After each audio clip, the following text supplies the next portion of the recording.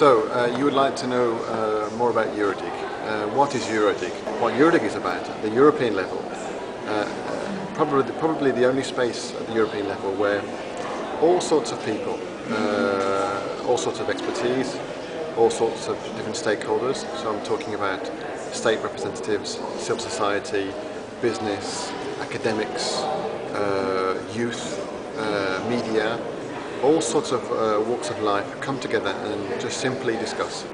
Hello, my name is Schneider. I work for Ofcom Switzerland, the regulator for telecom and electronic media. We are one part of the team that initiated the EuroDig process because we thought that it would be good in having a European space for discussing IGF internet governance issues, and since nobody else started the initiative, we took the initiative. EuroDig is a multi-stakeholder platform for discussing internet governance issues, and the goal of EuroDig is to have a discussion on the issues that are of prior importance to European stakeholders.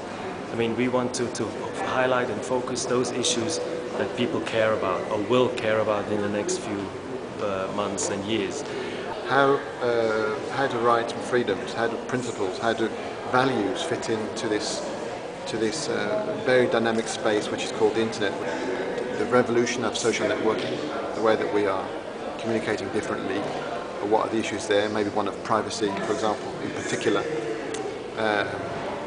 There's also the discussion about actually governance of the internet. What does that mean? Governance in the sense that who should govern? Who should make decisions about the law of the internet, or the actual global law of the internet? Who is going to actually make decisions about this or that, no or yes, regarding the way that the internet is structured, or etc. So I think the future of the actors who can make decisions is in balance in Europe. There are a number of voices now coming through about how it should be organised. At the moment, it's very free, and I think we're at the time where a discussion about decision making regarding the internet and a European approach to that is now a hot topic for discussion. Apart from that, privacy, security will be discussed. I'm wondering about the actual openness of content. One creates content, one accesses content and services online. So how, in terms of content being free, how will that fit in the future? How will we be able to access content and services as freely as we do now in the future? Or are we seeing more and more paid content? Are we looking at a future where you have to pay for your content? There's a more gradual approach to things being bought more and more. I'm thinking more along the lines of copyright and questions like that. The question of copyright is still a very big issue in Europe.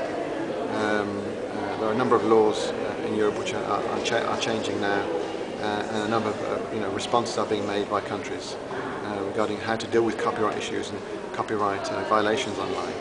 So I think the ownership of content in that context and the law is something to be discussed, and I'm sure there'll be many vocal people like that in the audience. Basically, everybody, all the people should go to EuroDig who have an interest that the internet and its regulation develop in a way that people can use the internet for their development, to create opportunities, and to have the least restrictions, that are only those that are necessary. That means politicians, parliamentarians should come to the EuroDig. Also experts from the field, university professors, students, business people who have experience in good or bad experience in the regulation of the internet. People have something to say in the sense that how the internet and its regulation should be developed.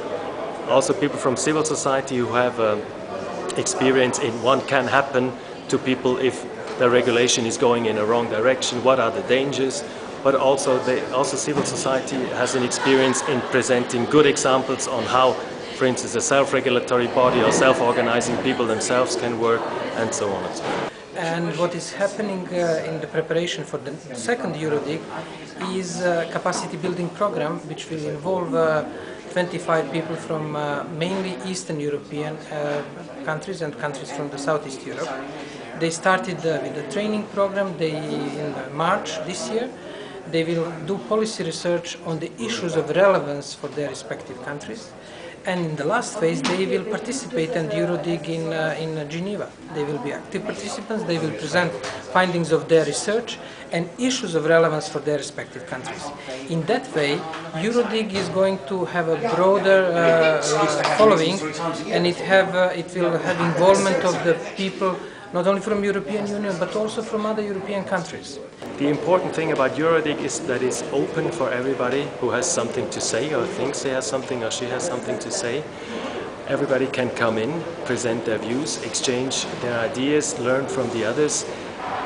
It's also about understanding each other better, who is having what role, what's the role of the government, what's the role of the private sector, what's the role of an ISP, what's the role or the concerns of civil society, of the citizens.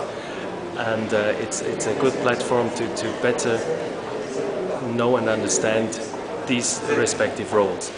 And in a second point, that should lead us to a better understanding of possible solutions to challenges that the internet is posing.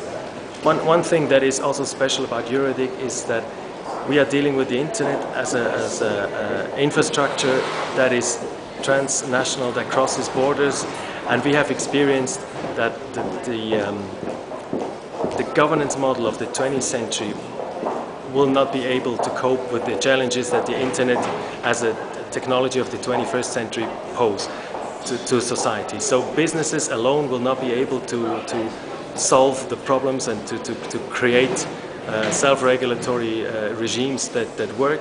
Governments will not be able to regulate the internet because they do not understand how the internet really works. They do not see to the bottom of the internet how the infrastructure of the internet works and how the application works, and civil society is not able to change things because they need business and government. So the message is we have to come together, discuss the challenges and the opportunities of the internet, and find new ways of governing and not over-governing the internet in a multi-stakeholder environment. Besides that, in order to increase the outreach of the EuroDig, there will be remote participation program where people in different capitals and cities all over Europe, at universities, ministries, parliament, local clubs, computer companies, will be discussing issues in parallel to the central EuroDig which will be happening in Geneva.